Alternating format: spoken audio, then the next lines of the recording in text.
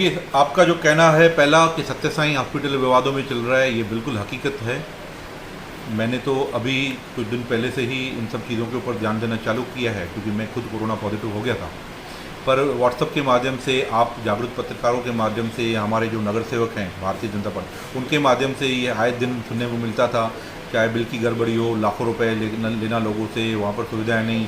महापालिका ने पहले 51 लाख रुपया दिया, ऑक्सीजन के सिलेंडर दिए, फिर वो चेक वापस करना, मतलब ये बहुत सारे विवादों में रहा है।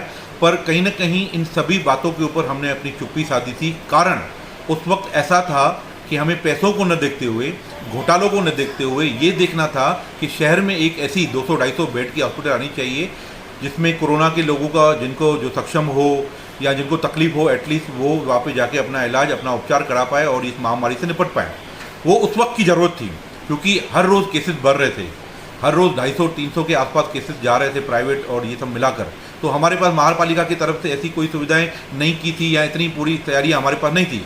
अब आप लोगों की जानकारी के लिए बता दूं कि महानगर पालिका ने अपने दम पर, जब से ये नए हमारे डॉक्टर राजा दयानिधि आयुक्त आए, अपने दम पर, या इससे पहले सुधाकर देशमुख जी थे, अपने दम के ऊपर 1000 लोगों के लिए व्यवस्था की है महापालिका की तरफ। चाहे वो 4 नंबर का मैटरनिटी होम हो, रेड क्रॉस हो, सेंट्रल हॉस्पिटल हो, या बाबा साहब अम्बेडकर अभ्यासिका हो, या आरकेटी कॉलेज में बन रहा है, या बाकी जगहों के ऊपर 1000 लोगों के लिए हमारे पास पूरी व्यवस्था ऐसी बन चुकी है, जैसी अधिकारियों ने मुझे जानकारी दी। 1000 होने के बाद भी, और भगवान की दुआ से, लोगों की सतर्कता से, और अधिकारी, कर्मचारी और जनप्रतिनिधियों की सतर्कता से उल्लासनगर में कोरोना मरीजों की संख्या भी कम होती जा रही है। अभी हम आके 2 डिजिट में पहुंचे हैं, 50 के आसपास पूरी हमारा जो ट्रैक चल रहा है, और जितने मरीज आ रहे हैं उससे 3 गुना ज़्यादा लोग ठीक भी हो रहे हैं। कल तक की जो मैंने जानकारी ली, यानी रक्षाबंधन के दिन की जो अधिकारियों से जानकारी ली, जो वैदिक अधिकारी जानकारी, उन्होंने कहा कि हमारे पास 650 बेड खाली पड़े हैं, 3 या 350-400 लोग ही एक्टिव मरीज हैं जो इलाज करा रहे हैं, उसमें सिम्टम्स वाले आधे हैं भाई, जिनको ऑक्सीजन की जरूरत है, वो मिला के 200 भी नहीं है। तो इस सिचुएशन में अगर सत्ता पक्ष फिर से उस विवादित हॉस्पिटल को या उस इंफ्रास्ट्रक्चर को, प्लेटिनम हॉस्पिटल को, फिर से, आपकी जानकारी जो आपने मुझे जानकारी दी वाया मीडिया कि 17 करोड़ रुपये का ऐसा प्रपोजल बन रहा है 3 महीने के लिए, जो उनको दिया जाएगा, और 200 बेड की सुविधा हम उस प्राइवेट हॉस्पिटल में, जो प्राइवेट हॉस्पिटल है प्लेटिनम चेन ऑफ हॉस्पिटल्स की, डॉक्टर पोल के अंडर में जो चलती है, उसको 17 करोड़ रुपये दिए जा रहे हैं। तो वो बहुत ही निंदनीय है, बिल्कुल नहीं होनी चाहिए। क्योंकि महानगर पालिका एक तरफ से कह रही है कि हमारे पास 600 बेड खाली है, और भगवान की दुआ से, सबकी सतर्कता से केस भी कम हो रहे हैं, और आगे ये केस लगभग 0 हो जाएंगे। तो ये 17 करोड़ का पूरा गबन होने वाला है, बड़ा महाघोटाला होने वाला है। इसको रोकने के लिए हर वो मुमकिन कोशिश की जाएगी भारतीय जनता पार्टी की तरफ से, हमारे अपने तरफ से जो भी नगर सेवक हैं, और इसको पूरी तरह से संसद से लेकर सड़क तक, महासभा से लेकर लोगों के बीच में जाकर ये घोटाला उजागर किया जाएगा। और ये 17 करोड़ इन दिनों जो टैक्सेस भी नहीं आ रही है, हमें ऊपर से पैसे भी नहीं आ रहे हैं, महाराष्ट्र सरकार कह रही है केंद्र पैसे नहीं भेज रहे हैं, केंद्र बोल रही है हमने पैसे भेज दिए, और महापालिकाओं को लुका करके रखा है। और आज हम 17 करोड़ रुपये फिर से एक विवादित डॉक्टर को या एक हॉस्पिटल को दे दें, बिल्कुल निंदनीय है, और उसका कड़ा विरोध किया जाएगा, और सत्ता पक्ष के इस घोटाले को पूरी तरह से रोका जाएगा। गुप्त सूत्रों द्वारा ये चीज़ें सब जगह पता चल रही है कि हायर करना चाह रही है सत्ता पक्ष या बाकी के लोग, कुछ लोग प्रेशर कर रहे हैं कमिश्नर जी को कि इसको हायर किया जाए।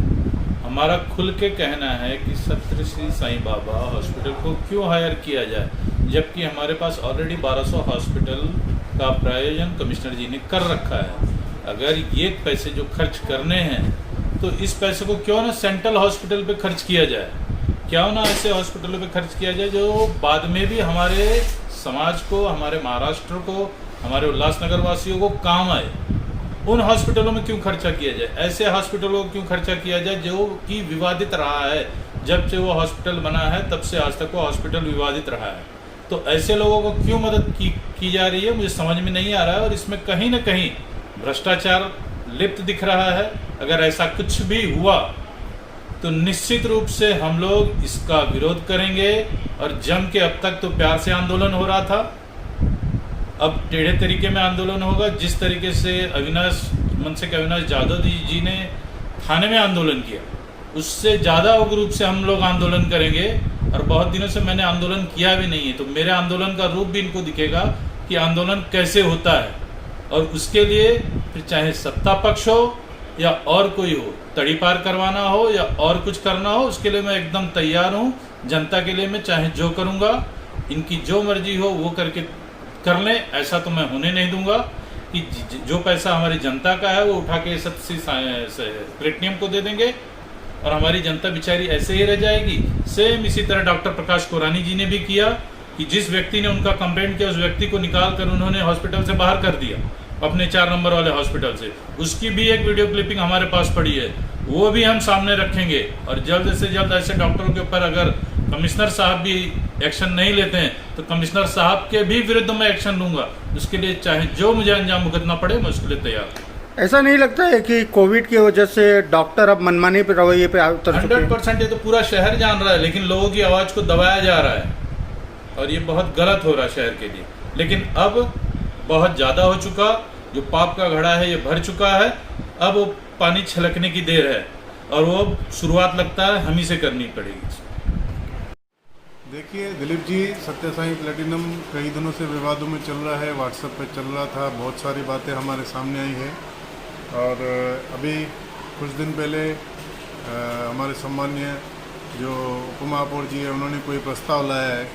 वह प्रस्ताव का मैं पूर्ण तौर से विरोध करता हूं, क्योंकि वह प्रस्ताव ऐसा है कि सिर्फ उसको फ़ायदा पहुंचाना है डॉक्टर पाल को। और कई सारे मुद्दे ऐसे हैं कि जिसमें इलाज भी हुआ है, पैसे भी लिए गए हैं और योजना में से भी पैसे लेने के लिए वो सब प्रोसीजर हुआ है। तो इसकी मैं छानबीन कर रहा हूँ। मेरे पास कुछ तथ्य अभी तक हाथ में है, कुछ तथ्य मेरे को 2-3 दिनों में मिलेंगे, फिर मैं आप सभी के सामने आऊँगा तथ्य लेकर।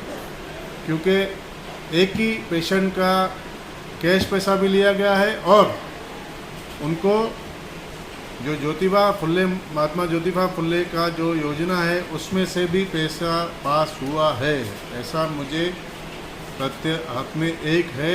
और मैं सभी शहरवासियों से अपील करता हूँ कि जिन्होंने भी प्लेटिनम से इलाज कराया है वो अपने बिल्स और जो उनकी रसीदें हैं वह संभाल के रखिए। या तो अगर चाहें तो मुझे भेज सकें तो भेजिए। मैं इंक्वायरी करता हूं कि ऐसा दोनों तरफ से पैसा लिया गया है कि नहीं। कहीं ये बड़ा स्कैंडल तो नहीं है? आपको क्या लग रहा है इस विषय में? अभी देखिए, जब मेरे हाथ में सब प्रूफ आ जाएगा तो मैं सब स्कैंडल ओपन करूंगा। अभी मैं इसको स्कैंडल बोल नहीं सकता हूं। अभी मेरे पास एक तरफा पूरा जो आया है, मेरे पास हाथ में जब लेटर आएगा कि ये योजना का इनको फ़ायदा मिला है, उन्होंने पैसा भरा है कि नहीं भरा, ये हमारी जो जनता है वो हमको बताएगी कि हमने इतना पैसा भरा है, इतनी रसीदें हैं। जब वो रसीदें मुझे काफ़ी सारी मिल जाएंगी कितना पैसा उन्होंने भरा है और उनकी इंक्वायरी मेरे हाथ में आ जाएगी कि कितने लोगों का योजना में पास हुआ है और उन्होंने पैसा भी भरा है। तो ये दो तरफ से पैसा लेना हो सकता है बहुत बड़ा स्कैंडल हो, लेकिन ये स्कैंडल खोलने के लिए मुझे कुछ वक्त चाहिए और उसमें मैं लगा हूँ।